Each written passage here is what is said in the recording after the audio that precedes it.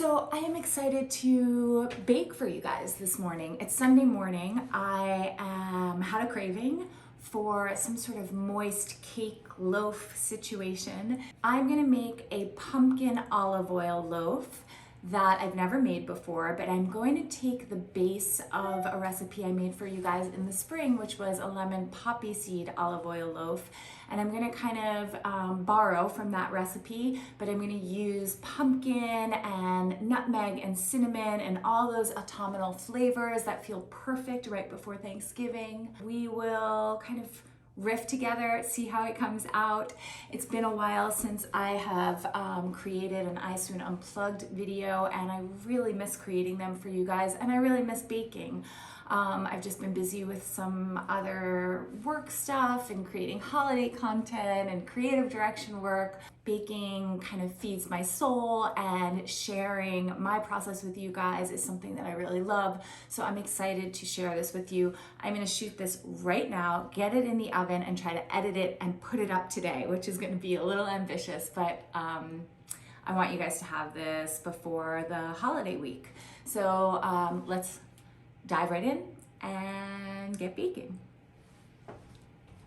I am going to start with our dry ingredients. I have 1 1/4 cup of flour, 1 teaspoon of baking powder, 1/4 teaspoon of baking soda, 3/4 teaspoon of salt,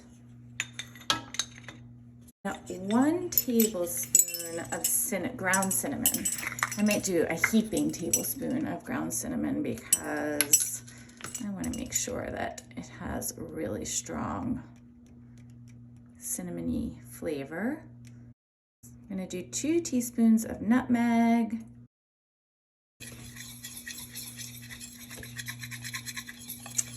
so that is all of my dry ingredients. I'm going to move over to our wet ingredients now. Set this aside. Get 1 1/4 cup of sugar, 2 eggs. So we're gonna whisk that together. I have this amazing Greek extra virgin olive oil, 3/4 cup. So I'm gonna pour that in. I have 1/3 cup of Greek full-fat yogurt, and I love to bake with either yogurt, or you can use creme fraiche if you want, or you can even use buttermilk. It adds not only a nice amount of fat into your cake, but it also moistens it significantly. 1 cup of pumpkin puree. I have tried them all the organic and natural ones, and I find that Libby's is the best. All right, so at this point we are going to mix in our dry ingredients into our wet ones. If you have a nicer extra virgin olive oil, if you're going to bake with it, you should probably use a nicer quality extra virgin olive oil. So I am going to put some bits of dark chocolate. I have gone ahead and chopped up about 3 ounces of chocolate. You can certainly put more, you could certainly put less. You could also eliminate this. But I thought it would be nice to have little bits of chocolate. You don't want to stir this too much, so you just want to fold it in. And there you have it, guys. We're going to put this into our loaf pan right now. Okay, so I have greased a loaf pan, and I've lined it with parchment paper. And now we are going to pour our cake into the prepared pan.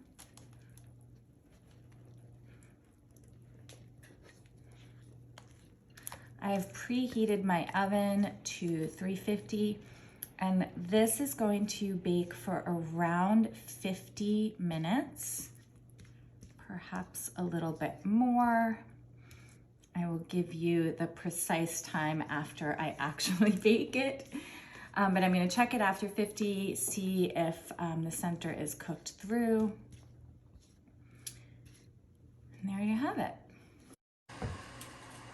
Okay, so our pumpkin loaf just came out of the oven. This took around 65 minutes to bake, but I also used a vintage loaf pan, which might have affected that. So I would say it's anywhere between 55 to 65 minutes in the oven.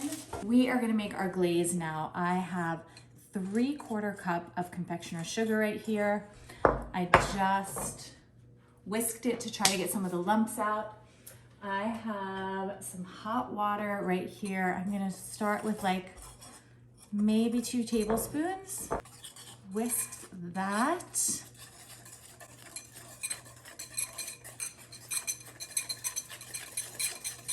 And then I'm also gonna put some olive oil in it just to kind of drive home that olive oil flavor. Probably about 1.5 to 2 tablespoons in there as well. But this loaf has so many amazing, robust flavors with the pumpkin and the cinnamon. It's perfectly warming for this time of year. So you'll see this is nice and thick. I don't want it to be too thin, otherwise it'll just seep right into the cake. All right. This is exactly why I use that parchment paper. It makes it easier to pull out your loaf. And all right, I am going to get a spoon and drizzle this right over our loaf.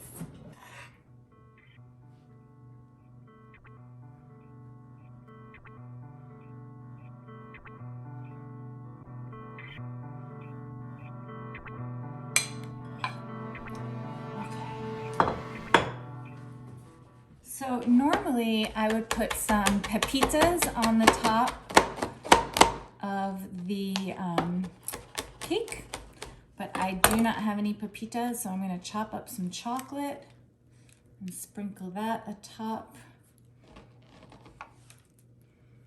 And then I also shaved some just to have different textures on the top of the cake.